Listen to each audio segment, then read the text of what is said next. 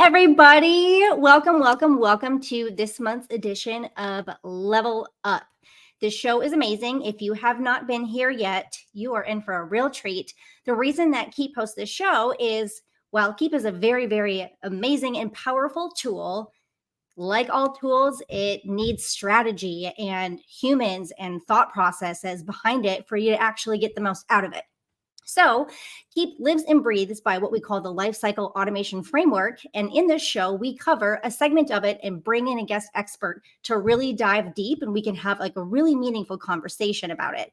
But better yet, we make sure that every single time you walk away with something that you can implement immediately. So, yes, this is being recorded, but make sure that you get your pens out, your notebooks, your phones, whatever, because we are going to be throwing some amazing ideas that you can try to fill up your funnel immediately. So, without further ado, today's topic is lead capture, because capturing those leads and putting them into your automation is a huge part of the Lifecycle automation framework. So we're going to cover that today, and it's called Lead Capture Tactics, Guaranteed to Fill Up Your Funnel, and why implementing this in the entire Lifecycle automation framework is necessary.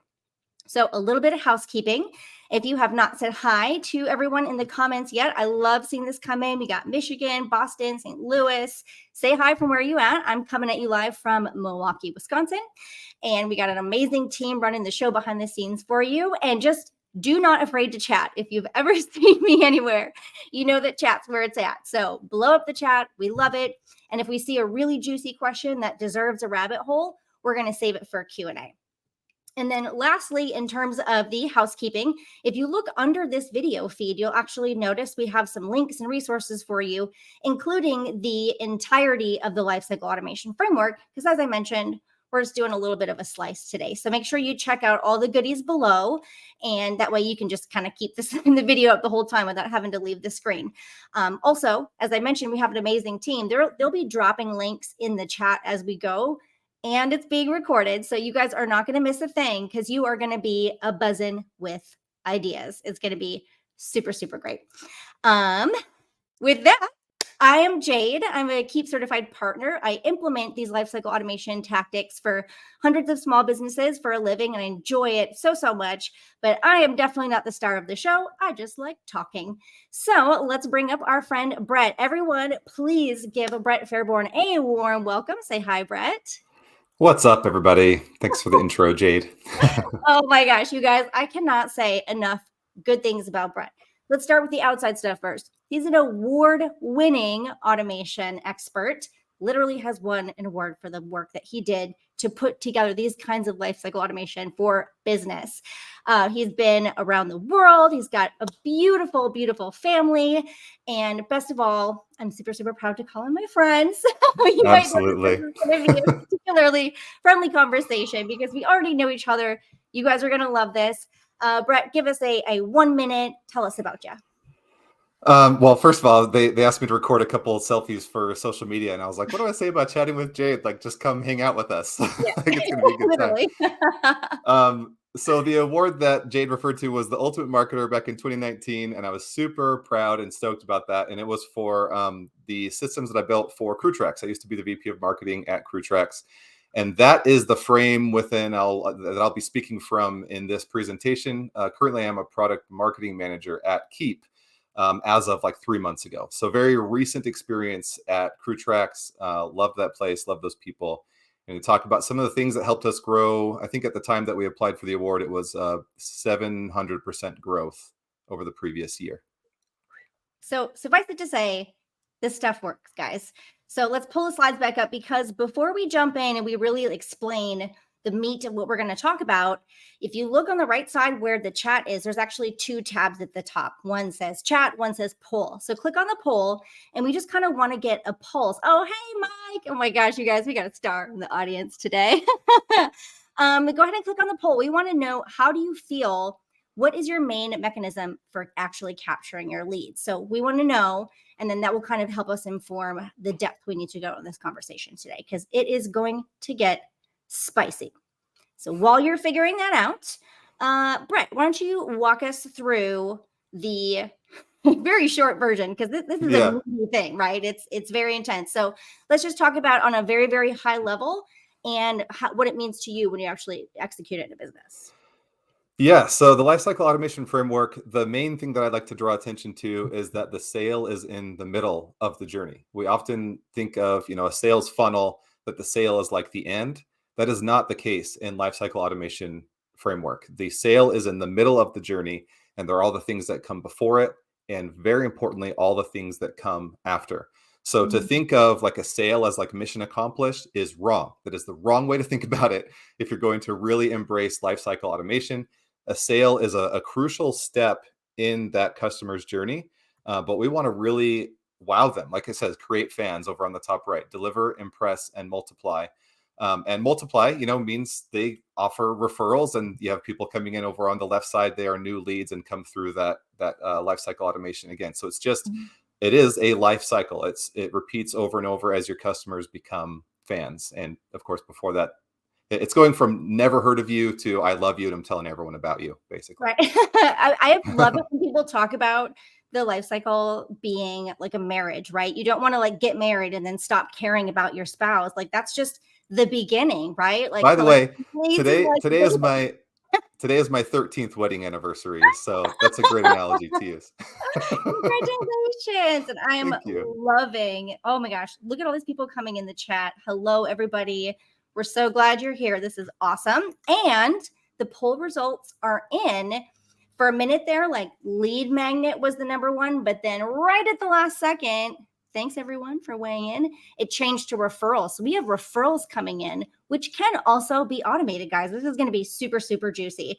Let's move this slide forward. Let's look at what this kind of like mapping actually looks like, right? Yeah, so this was a whiteboard we had at Crew Tracks, and this is not intended for you to read every word on there. It's just the concept of you need something like this. And you might, Mhm. if you look closely, you'll notice we added support and communicate. It's on the bottom right, like second to the right with the heart and the hands. Because it was a SaaS company, and that support and communication and ongoing product updates and whatnot is really important to a software company. So we added that. But other than that, it's the 9 elements you just saw on the previous slide. Whether you have this in a bullet list on a digital document, if you have a whiteboard like this, if you have sticky notes on the wall, whatever, you need to map out your lifecycle automation, your customer journey. Again, remembering that the sale is in the middle.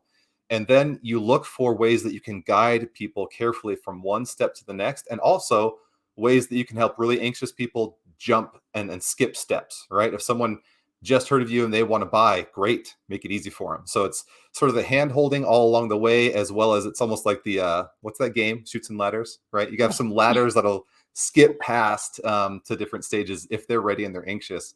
And by having it all mapped out really consciously in something like this, it helps you keep your eye on and constantly review and audit and shore up those gaps where you're not helping people take that journey through the life cycle. Right. So this is more than just a concept, guys. This is something you can sit down with your team or your leaders and actually map out the experience that you want people to have. Imagine if you didn't need to eat or sleep or do any of those things and you could just white glove VIP every single person. You can physically map out how would you treat them and then execute that on a big scale. It's really fun to like actually map it out. This is a great picture, Brett. I love it. Thanks. Yeah, it was super Cool. useful. So we have a few major discussion points today, but we want to like start off on a really, really high note. We want to talk about like, does this actually work? Does this actually have an impact on your business? So we asked Brett these 2 questions and we'll cover them. What tactics have you actually used and what was the impact of it? Does it actually work? And did it change the business in your life? Yeah, so you can see the bullet list here. I mean, sign up form, contact form, landing pages, trade show, appointment scheduling, website chat widget, Facebook lead forms, weekly live webinars, and there was more, right? You just want to be wherever your people are, and there is a point of this that I want to emphasize that didn't make it into the slides. It's the idea of blue ocean strategy, which is one of the books behind me, and I've read like some pages of it, so This is good I can't yeah, sign. I can't claim that I finished the whole thing, but the idea is to be where your competition is not. And if you're the Mhm. first to market with something, then that's easy, right? But even if you're not, even if you face a bunch of stiff competition, I think a really important part of lead gathering and lead capturing is to try to be where your competition isn't. At Crew Tracks, part of that was the trade shows, right? Was one of the things you saw listed there. And I would look specifically for trade shows where our competition was not. If our competition was there, we wanted to show up, of course. But if we could, like masonry is a great example. We saw that our competition wasn't in the masonry industry. And to this day, Crew Tracks is kind of the go-to for masonry because we said, hey, let's tackle that first. Scaffolding was next, right? So there's all these tactics of this, just the place where you receive a lead. But the overall strategy, obviously, there's a lot to it. I just wanted to make sure that I mentioned that blue ocean strategy, that there's a number of ways that you can show up in places and in ways that your competition just isn't there, and make it easy for people to choose you. Yeah, no, totally. So, speaking of which, like if you're showing up in all of these places, whether they're, pretty congested or not, like you need mechanisms to get them into your system so you can push them down the ladder and use automation. So, you had like a pretty good list there. Did you have any advice for anyone in terms of like which ones had the biggest impact or were the easiest to use? Yeah, I would say one of the biggest impact and easiest to use was that website chat widget. It was actually our sales leader at Crew Tracks did some research and said, "Hey, Brett, like you're dropping the ball here, man. Why don't we have a chat widget on our website?" Which, by the way, make sure you're working with people like that, because that was great. She's like, "Brett, you're blowing it. We need this." And we had Zendesk already, and so we added. It was just a little like snippet that you copy and paste onto the header on the website, and it was like embarrassingly easy. It was so easy. It was like, oh my gosh, we should have had this months or years ago. And when I left just a few months ago, 10% of our new demos were coming from that chat widget. And I think Zendesk frames it up as like a customer support kind of tool, but you can put it prospect facing on your website. Mhm. People can chat in. Our sales reps would be there, ready to man the chat. And there are plenty of people. Like I said, 10% of our demos, they didn't fill out a form. They didn't call us. They didn't, go to a landing page, right? The chat popped up and it said, "Hey, we can help you right now. Chat with a real human." And they would, and we get onto a sales demo. So yeah, if you're not using a chat widget on your website, I mean, there's a quick takeaway. Go put a chat Yeah. widget on your website. I feel like there's a recurring theme on these shows because we've been lovingly doing this for a while. This is super fun. And I feel like every month the lesson is learned that, oh, this isn't as hard as I thought it was. Oh, this isn't as hard Mm, as I thought it was. And having conversations with real humans like yourself who are like, oh, by the way, like I'm not a coder, but I pasted this code that they gave me and it's not as hard as you think. So looking at that list, you might have noticed, I want to call out on the bottom, he added one of the things that you can do is you might have like, a wide net out there with all of these things. But the important thing is look at the data. You heard Brett just say, well, I just noticed that, 10% of leads were coming from here. So if you only have a couple hooks in the water and look at the numbers, try another hook somewhere else. It might surprise you like the Zendesk did. So there's data that goes along with it too, right? yeah, absolutely. And I'll mention that the drop off points in those 9 steps of life cycle automation framework, if you can see how many people are getting from one step to the next, and it's 1,000 people, 700 people, 500 people, 50 people, you go, oh shoot, right here, we need to bridge that gap a little bit. Yeah, no, I love that because the numbers will tell you everything. And I think we're all used to the word funnel, right? Like when we think of funnel, we think of like the numbers going small, small, small, small. Well, I mean, we don't really want that, right? We want a pipe. So I really I really enjoy the whole like life cycle automation concept because it's circular. It's a life cycle, just like you said. So Yeah. so we started on a high point. I always like to make sure we discuss the reasons why you should just clear the misconceptions and try. And I already mentioned one, it's not as hard as you think, right? We learn Mhm. that lesson every month for sure. But what are some common things that you want to clear the air or see people stop doing? And let's just put the warnings out before we get into the meat.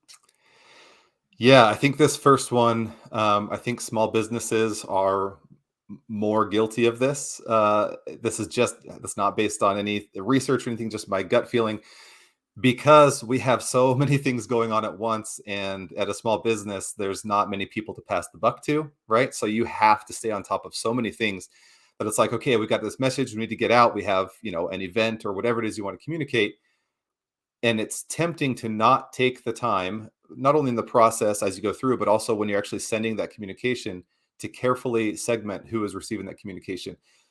People opt in, and you have clear language when they opt in, what they're opting in for. Let them know exactly what they're signing up for, and then only send them that. It's obvious, right? Probably most people here with us are like, yeah, well, duh, Brett. Yeah, until you get down to like, oh man, I've got this great offer that I really think everyone would love. And I have, 7,000 people that I could send it to. And I know if I send it to more, it will result in more sales, right? Top of the funnel is bigger. Hopefully that means the bottom of the funnel will be a bit bigger. It could also result in a lot of unsubscribes and spam complaints, which are going to hurt you, right? So that's the number one thing, is the shotgun approach. It's tempting when you have a bunch of people on your list to send them information. Don't do it. Send them only what they asked for. So that's the first one. Any thoughts, Jade? That's tugging on my heartstrings, because it's so funny how, again, I don't mean to allude to other shows that we're not talking about right now, but the whole like email and doing things ethically and segmenting your audience comes into play in every conversation we have. And whether it's, lead capturing and don't send a broadcast about this thing to people who never expressed interest in that, and so on and so forth, it comes up in every conversation. And I feel like that's a mindset shift, especially in small business owners, where we're also the marketer, and we're also the producer, and we're also doing the things, and we're all just, okay, I want to send this email out using Keap or whatever I'm using. And more often than not, it actually hurts you instead of helping you. Yeah. It comes up every time. Yeah, well, and right along with that is like, unsubscribes are a good thing. Unsubscribes are great. Yeah. If you sent them what Okay. they asked for, right? If you send them what they asked for and they unsubscribe, the message is clear. I got exactly what I asked for, and I don't want it anymore. If you send something they didn't ask for and they unsubscribe, and it means you're annoying, you're bothering me, right? So you handle it right. You take the unsubscribes. I love unsubscribes. They're telling me what they want, and I can meet that need, right? Yeah. The other bullet point on that slide was data. We've talked about data a lot already today. But if you only rely on data, like that on the bottom there, you'll miss a lot if you just rely on numbers and say, I'm a data-driven marketer. Don't get me wrong. Data is absolutely crucial and extremely powerful, and you should make decisions based on numbers. However, if it's just based on numbers, you are missing a ton. You need to have customer interviews, talk to your sales reps, talk to your team that you work with, talk to prospects, talk to everyone you can, and find those trends in the qualitative data. Again, it is data, it's just not numerical data. And that will help you just be a better marketer. It's absolutely vital that you don't just, the numbers don't tell the whole story. They only tell part of it. Oh yeah. And even in your lead capture processes. So a lot of you on this call might have like sales teams, or people like, doing those chat bots or talking to humans on the phone with your sales team. And part of that is when you're having a conversation, you don't just click and hope they buy the thing. You might want to segment them and apply tags based on the conversation and say, this person is interested in this and not interested in that. So even if it's a verbal human thing, data and human is like where the magic happens, because at the end of the day, automation is not like a robot to replace you. It's there to enhance like the human part of what you're doing, right? Yeah. Yeah, and I will mention also lead attribution, which I think we're going to talk about soon. That's an important part of those conversations, right? Yeah, for sure. So being able to backtrack where things came from, and as you're capturing all this data, the more data you have that you can translate into human needs and emotions, you can change your copy based on what people are telling you. You can change what you're selling based on what you know about someone. So it's not all robotics. This is all like lead capture is here to help automate, but there's so much like beauty and humanity to it as well. So that said, Absolutely. we are about to jump into the best part. And I promise, guys, because there's a lot of data on here and we want to like kind of keep the conversation flowing. So we're going to kind of pop the details up and down to kind of make sure that you're getting screenshots and everything, but we want to make sure we cover everything as well and have real conversation. So there are 3 things that we asked Brett that you guys can do today to fill your funnel with better qualified leads with your capture mechanism. So that said, let's talk about the first one. You said set up lead source attribution. For those of us non-nerds in the audience, what up? What does that mean? Well, lead source attribution is just, how did you hear from us? How did you hear about us? Sorry. Mhm. And there's a few types. There's first touch, last touch, and multi-touch, right? So first touch is where did you first hear about our company? Last touch is what is that thing that pushed you over the edge to go ahead and make a purchase, right? And then multi-touch is any touch points along the way. And what's beautiful in Keap is tags make it super easy to set up multi-touch attribution, which I think is some of the most powerful lead source attribution you can do is to not only see, okay, this is where they heard of us, but and not only just this is what pushed them over the edge, but what touch points happen along the way, especially if you have a longer sales cycle, which we did in a B2B software company. Maybe not as relevant for like a quick $5 e-commerce purchase, but multi-touch attribution was essential for us. And I'll be honest, there were years where where I didn't do that well on the lead source attribution.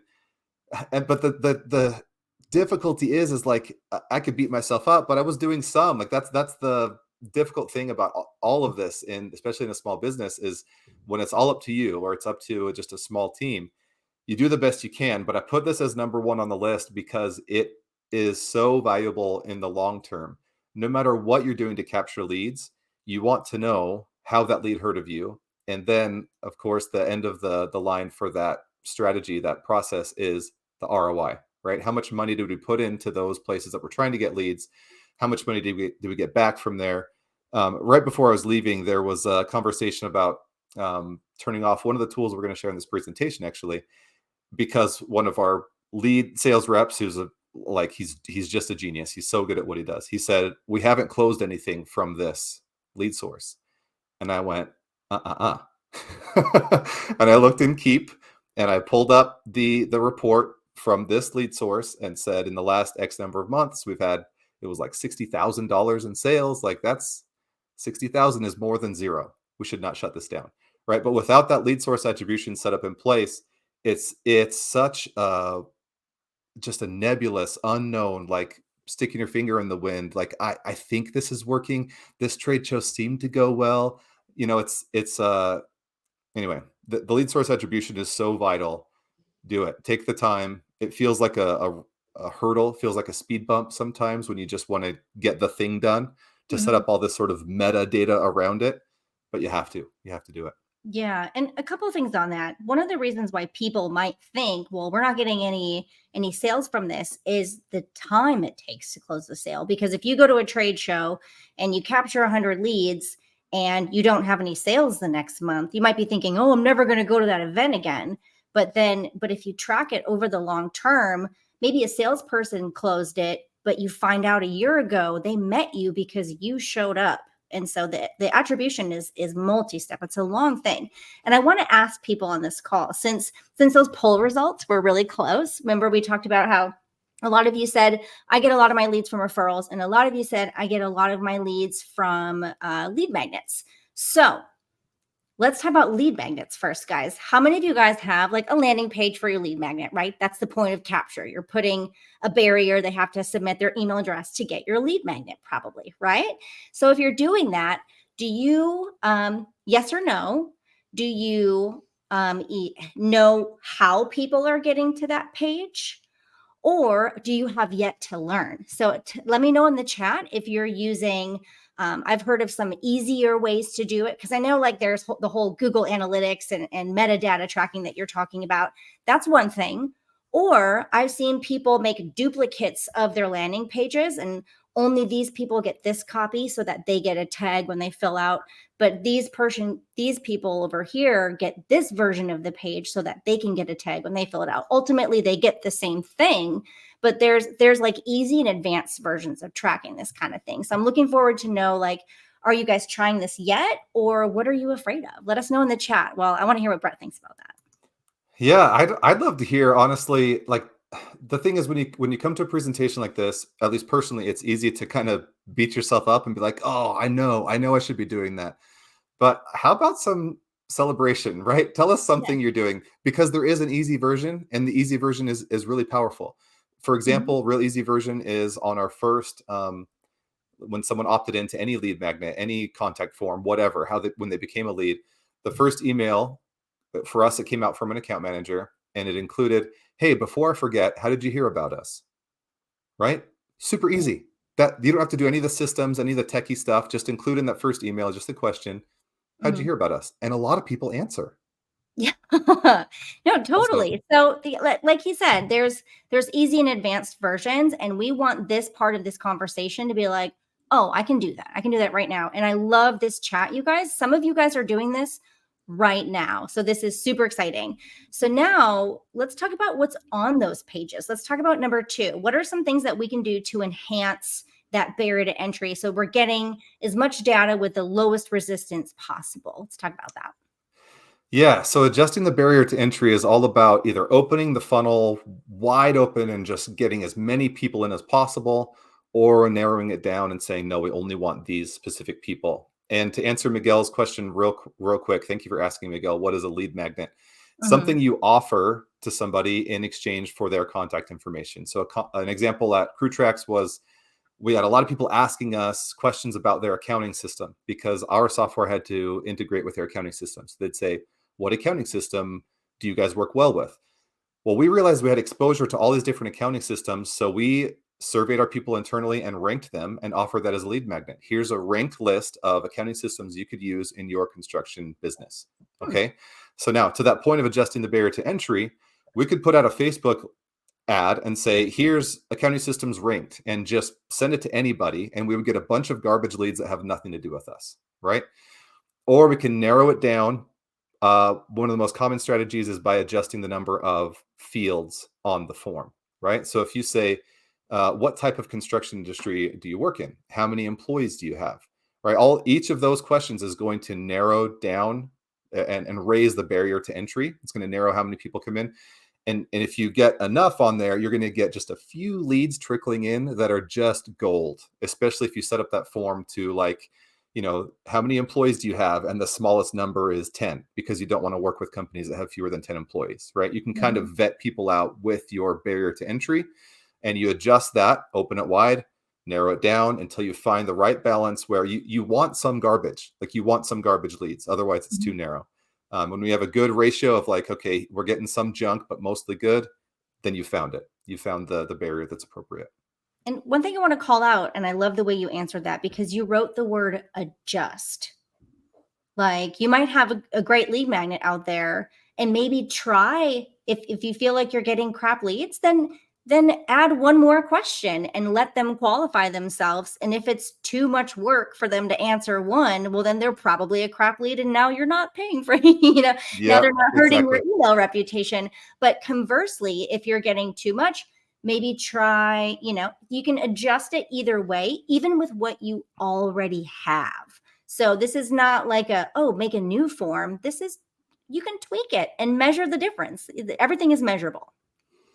Yeah, and I think Facebook is one of the best examples of what we're talking about here, because the Facebook lead ads, um, they will often pre-populate information. So if you don't have those extra fields and make them required, you're going to get someone's kid that picked up their phone and submits a thing, and then they have no idea who you are when you call them, right?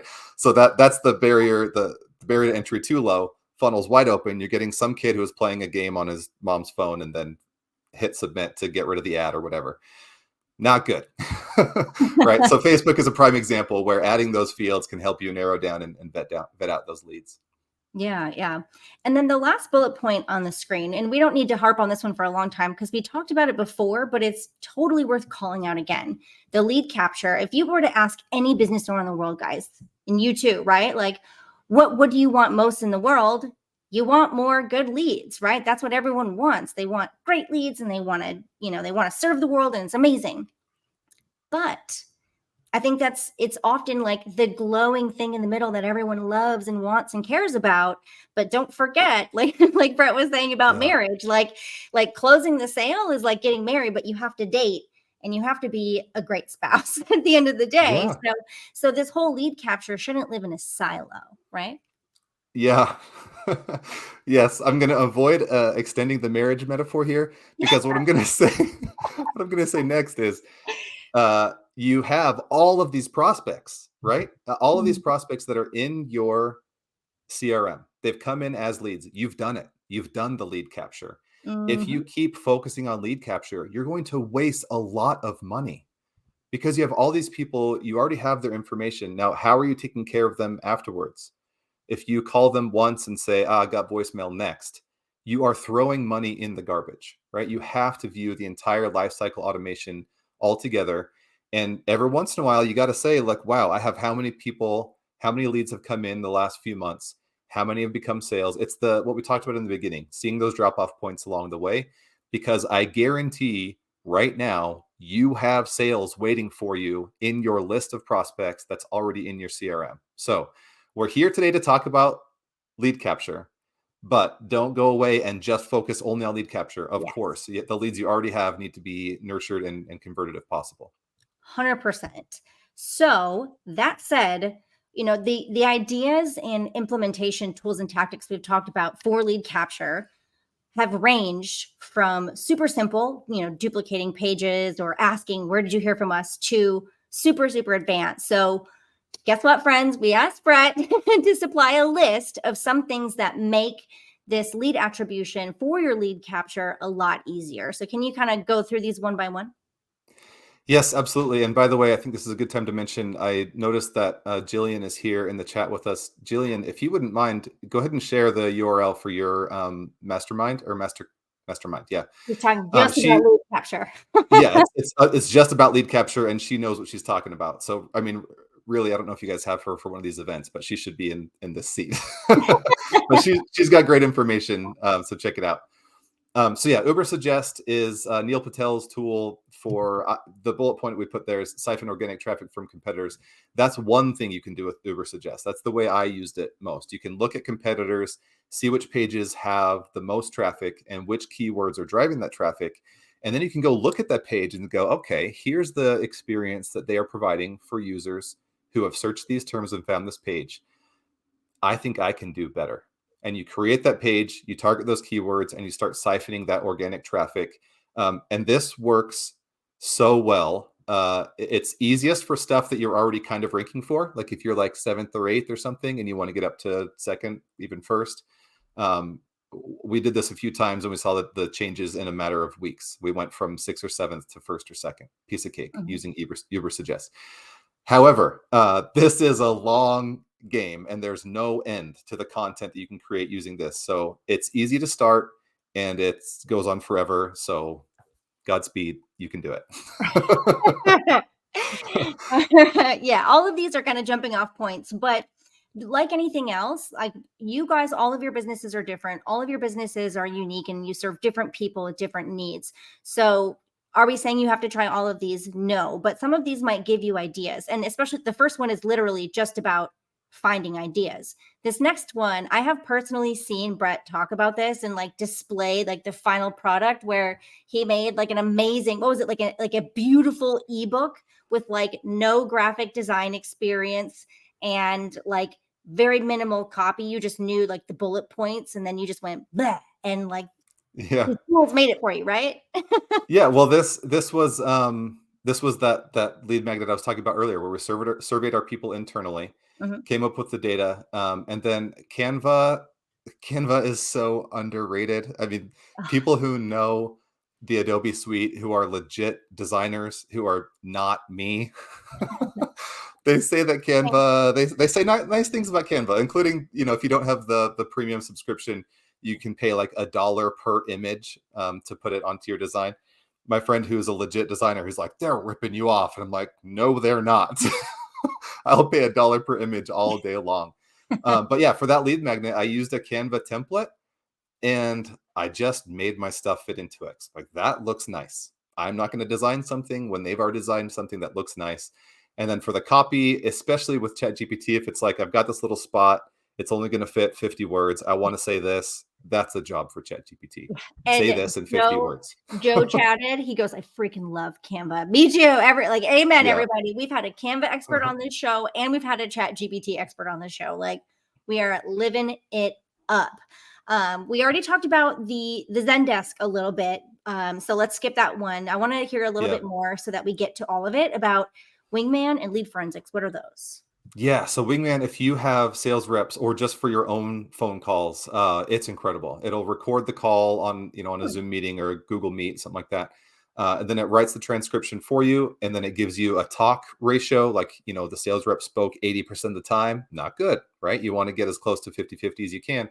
So there's all kinds of really quick consumable data, as well as reviews for, we'd have sales reps watch each other's demos and kind of review in our sales meeting and talk about what went well. We even had like a popcorn party, we'd watch a demo that went really well with the whole company to give people an idea of like, this is what a sales conversation looks like. And for our Hmm. developers, it was awesome because they're not customer facing. They get to see their work presented to someone as a solution to their problems. Hmm. There's a ton of stuff you can do with Wingman. Gong is another one. There's a few tools that compete with Wingman, but they're great. Cool. And then Lead Forensics is actually the tool that they were talking about shutting down. And then I pulled up the ROI report and said, no, we're closing sales from Lead Oh, Forensics. really? Yeah. So lead forensics is most useful if you are selling B2B. So lead forensics identifies IP addresses and connects them with companies. So you can see, oh, someone from ABC company just visited our website, but they didn't become a lead. So then you call out, and we tried a bunch of different talk tracks, and the most successful one turned out to be, hey, this is the creepiest phone call you're going to get today. Yeah. Someone at your company was just on our website, and I want to know who. you know and it was that really like, look, we're a tech company, we're techie, we found you, you found us, let's talk. And it helped. As long as you make friends out of it, right? Yeah, right. If you look out your window, no. Cool. So everyone grab a screenshot. And also, if you noticed in the chat, guys, this team is amazing. They were chatting all the links for every single thing. You have to try these tools. Even if you're just dabbling, you guys are going to, you might spend the rest of all of today trying this stuff because it's pretty cool. So let's tie it all together, because what's interesting is if you look at that whole lifecycle automation framework, we're talking about capturing the leads because they existed out in space somewhere. Maybe they're browsing the internet, maybe they're on Facebook, maybe they're at a show. But once you capture them, then the sky's the limit, and that's where Keap grabs the reins. So tell me how Keap has helped you with your lead capture and optimizing your customer journey. Okay, this was the This is this a good was the one. hardest question. I have no idea what to say here, honestly. Like the Like, how do the you narrow it? right, because there is nothing that happens at Crew Tracks that doesn't go through Keap. Everything goes through Keap. So, I mean, I could maybe make a short list of things that Keap didn't help us with. Okay. Like, Yeah. I don't know. It's actually, can we see the slide one more time? I want to remind myself exactly how the question is worded and do my best to give you a couple examples. Okay, how has Keap helped you with lead capture And optimizing. and optimizing your customer journey? Okay, the first thing that comes to mind right now is there's a ton of integrations, right? We just listed a bunch of tools that are not Keap, and either through a native integration or through Zapier, or through just an HTTP post to somewhere. There's a bunch of ways to integrate with a bunch of different tools. So that's why everything at Crew Tracks went through Keap. So, for example, we talked about the lead source attribution. We have the lead source field in Keap, which was our first touch attribution. And then we had all the tags that were our multi-touch attribution. And then the last touch attribution was just whichever tag was applied last before the sale, right? And so then we could pull up, yeah, gosh, if we had another trade show coming up and we want to know all the people we've ever met at that trade show through the years, pull them up easily, reach out to them, offer them a discount code if we have it, another opportunity to ask for referrals, right? So that all happened and went through Keap because of integration. But then no, that was just native in Keap. Then the integration came in with, we were billing and processing payments through Stripe. Via Zapier, we would have a new order created in Keap whenever a new invoice was created in Stripe. And so the revenue came straight across, even though we weren't processing payments through Keap. All that revenue was recorded so that we could then say, okay, this person has this lead source, first touch, has these lead tags, multi-touch, and they've given us this much revenue in this amount of time. And then that went over also into if they canceled. We would say, okay, here's this much revenue we've gotten from them over the last 12 months. We can expect not to receive that over the next 12 months. How many sales do we need to overcome this churn to keep growing? Um, I mean, I could go on and on and on. Everything in that company goes through Keap. If you go to crewtracks.com right now, interact with anything on the website, it will go to Keap. I love that so much. And so to be to be clear, everybody, what's really cool about it is you'll notice that we're throwing a lot of like keywords out there. We're saying tags, we're saying forms, we're saying landing pages, we're saying email address, we're saying lead attribution, custom fields. All of these things can live in one place. But at the same time, as my friend Greg likes to say, it's an all-in-one tool until it's not. So we're also talking about, like ChatGPT and Canva. Like there's many pieces of the puzzle that you can use to make things beautiful and make sense for you. And Keap is the place where everything is ultimately, and I love the way that you teed this up, Brett, is Keap is the place where things are going to end up living. The data is all out there. It can be organized and sorted and continue through someone's journey with automated documentation because, I like to say Keap is the cheapest employee you ever had because otherwise someone would sit there and take notes. You talked to this person today. This person clicked this button. This person called at this time. Automation really is just like your receptionist and it documents everything through time.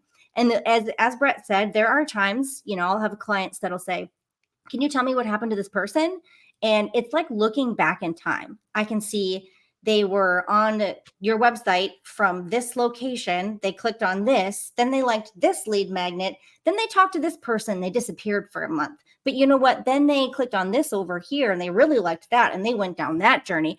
And you can literally follow someone's interest. And this is what, circling back, Brett was like, and you can talk to them like a human. So imagine the power of a team like Crewtrack's sales team that can look at that information and talk to someone, not like they're blindfolded, but be like, listen, I know that you love this. Let's talk about how this can serve you. Instead of, did you know that this has 100% more horsepower than blah, blah, blah, blah, blah, blah. Like, yeah. As I'm a professional dancer, if you can't tell.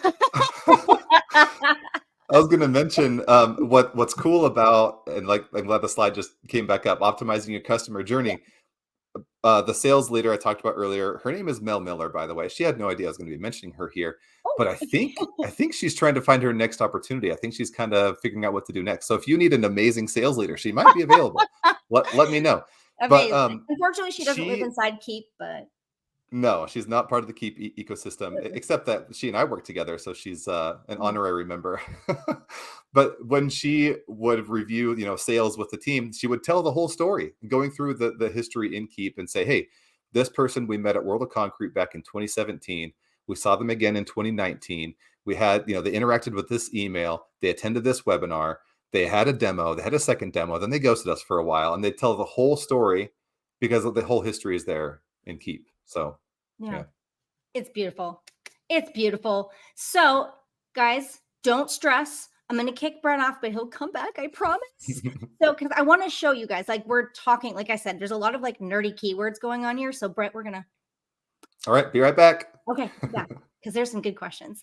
So, like I said, we've been kind of tossing out like a lot of like nerdy words here and there. And I want to show you that much like all of the things we're talking about, I promise you, it's not as hard as you think. There's a human element to Keap as well. So let's pull up my screen here.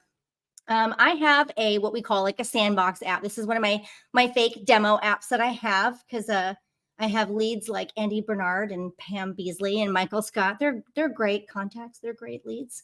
But there's a few things that I want to call out that are extremely relevant to this lead capture conversation. So for one, this dashboard we're looking at on the screen, I didn't make this. I didn't customize it. I didn't say, oh, this data is important to me. Can I? Yes. But Keap knows at the bare minimum, these things are crucial for you to see when you log in. I want to know how many new leads I've had in the last 30 days, or I can change that. How many leads have I had in the last 60 days? And this way you can look at your numbers and say, wait, I used to have a lot more leads this time of year before, and I'm having less. And now then you can look at your lead sources, where they're coming from, which leads are drying up, where you might want to consider investing more money in new leads. So these numbers are going to tell you everything because at the end of the day, we want to sell, and we want to serve. And the way to do that most effectively is looking at the numbers and serving as many people as possible, as efficiently as possible, I should say. We can see how many new paying clients we've had in the last, again, this is all changeable, how many repeat clients we want to know. And that's another thing. You can look at your data. These people come back a lot, but these people are one-time buyers, right? I can track my sales numbers, any quotes I've sent out, recent activity, reviews, broadcasts, invoices, all of this. This is the dashboard that came out of the box. So I didn't even do anything fancy. So Keap, at the end of the day, is a CRM, which is short for client, customer, whatever you want to call them, relationship management. So it's where we put our people. So if we want to know Dwight Schrute's email address, his phone number, any automations or emails that he might be receiving, any notes that we take, tags that we apply, everything that Dwight has been doing, we can store that in a place and potentially use it in those future sales conversations. When I'm on the phone with Dwight talking about Bears beats Battlestar Galactica, I can say things like, listen, we had so much fun at the concrete trade show 2 years ago. Didn't you have a blast? And he's going to feel so seen, heard, and loved because he thinks, hopefully I remember him for real, but because of the data saying I was there and he was there, I can pull up memories and establish emotional connections with people. Lead, capture, attribution, my friends. But also, at the end of the day, like, how are we going to get these people? That's what this conversation is about. So we have the ability to connect them all to company records. We have the ability to tag them, which is basically putting a Post-it on people. I met you at this conference. I met you at this conference. You're interested in product A. You're interested in product B. I can create custom fields because maybe Brett's, crew tracks, how did you hear about us, is going to have a drop down that's wildly different than Jade, because I don't meet people at construction conferences. I certainly don't. I would love to. Maybe bring me next time. And also, more importantly, I can do forms. I can do landing pages. This is where we capture people. And Keap now has the ability to actually put in metadata. So for those of you using UTM parameters, there are fields for that as well. So if you are sending out the same link, but with different analytics attached to it, that data can be stored, turned into reporting, so you know where to put your money. Boom. Guys, it's beautiful. And of course, I would be remiss if I didn't mention the automation that came with it, because there's a lot of things. There's tagging to be done, notes to be taken, calls to be scheduled, reminders to be sent out, a series of emails to saying, hey, we're having a webinar, invitations, right? All of those things we need to eat and sleep and not sit here and send emails all day.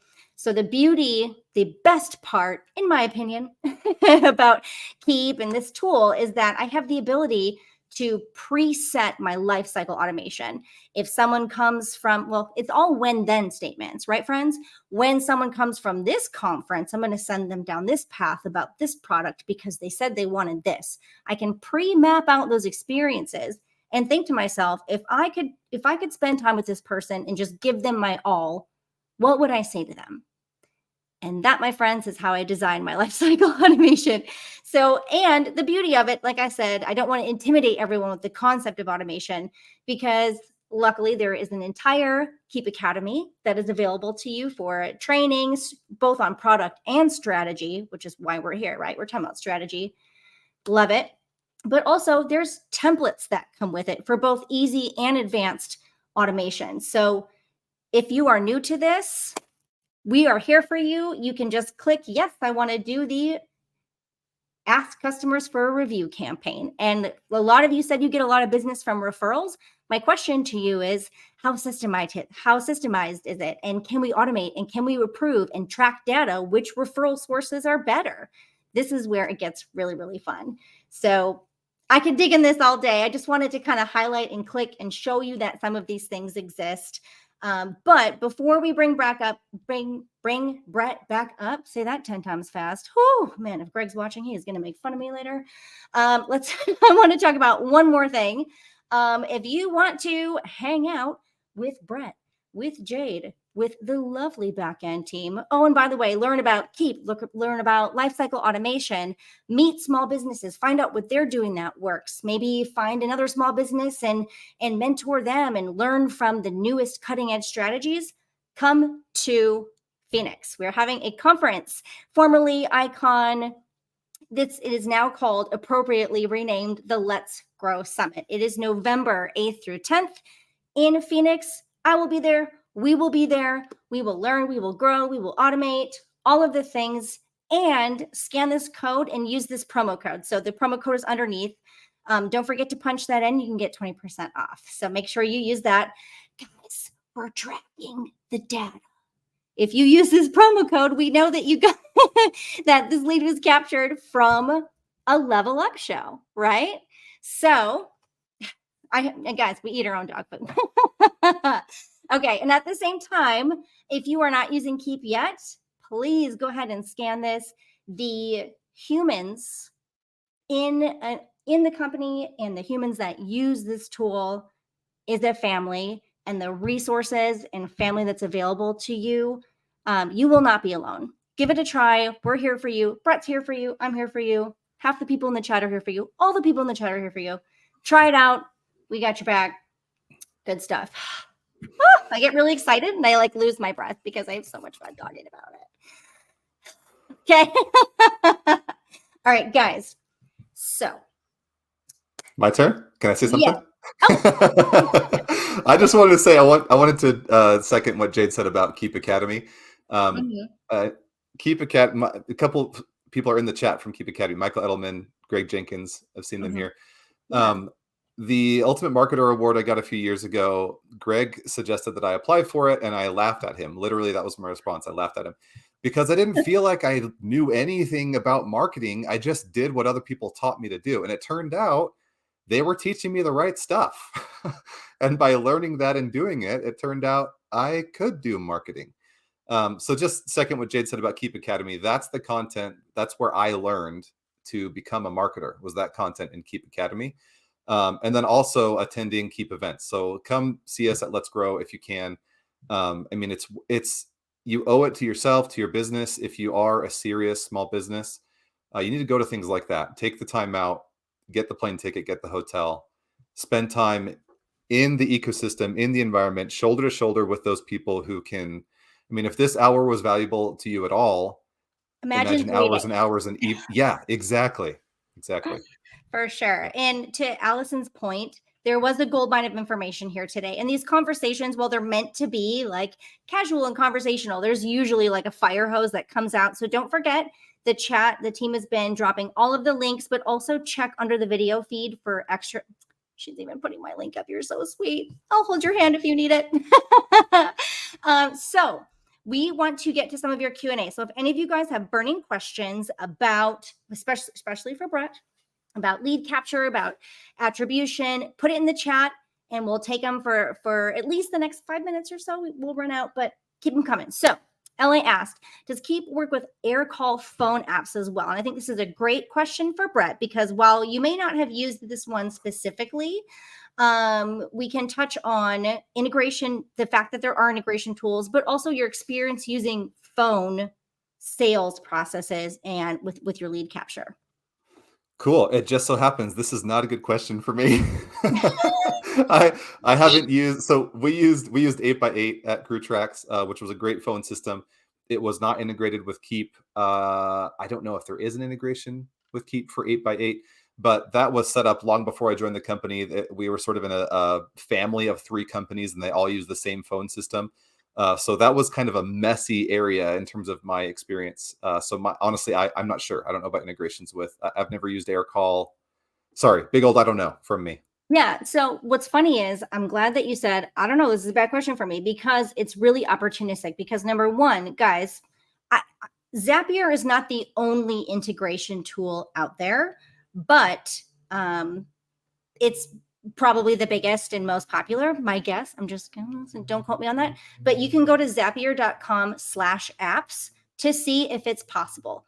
Keap is on Zapier. So if there's anything in the world that you want to send data into Keap, go to zapier.com/apps, or one of their amazing competitors, Pabbly, Make, Integromat is Make. I don't know. There's a handful, but if something doesn't natively integrate, but it exists on an integration platform, anything is possible. And secondly, notice how the conversation with Brett shifted from, everything we do talks to Keap, but this one doesn't integrate. That means that even if it doesn't, there are so many things you can do. My favorite trick, friends, is using what we like to call internal forms. So if I'm on the phone with someone, I'm capturing data. I can just click some buttons and let automation run in the background to store this person's wife's name is Susan. So guess what? Next time I talk to that person, I'll be like, how's Susan? And that person is going to love me. So data like integration is not the only answer, especially for phone calls and sales processes like that. So it's possible.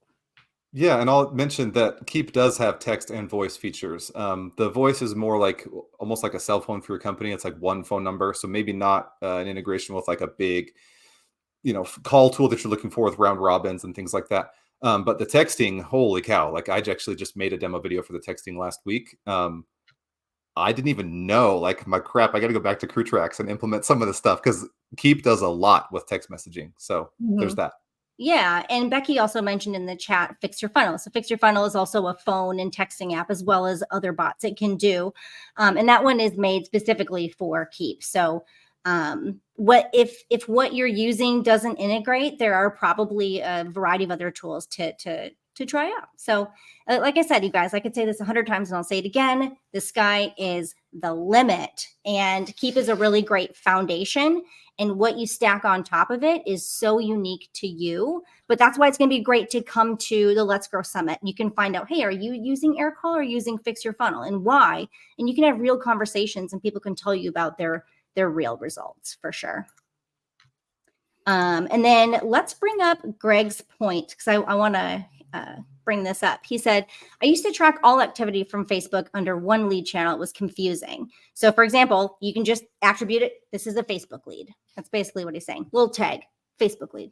But it made him hard for him to know what activities were producing results, because I can personally attest, Greg had multiple ads and multiple ad sets. So he was talking to different people with different messaging. And so at the end of the day, he was saying Facebook brought in X amount of dollars, but I don't know which ad set brought in more dollars from the other. And at the end of the day, if you're not tracking that, it could actually be, you could be wasting money, right? Do you have any experience with Facebook too, Brett?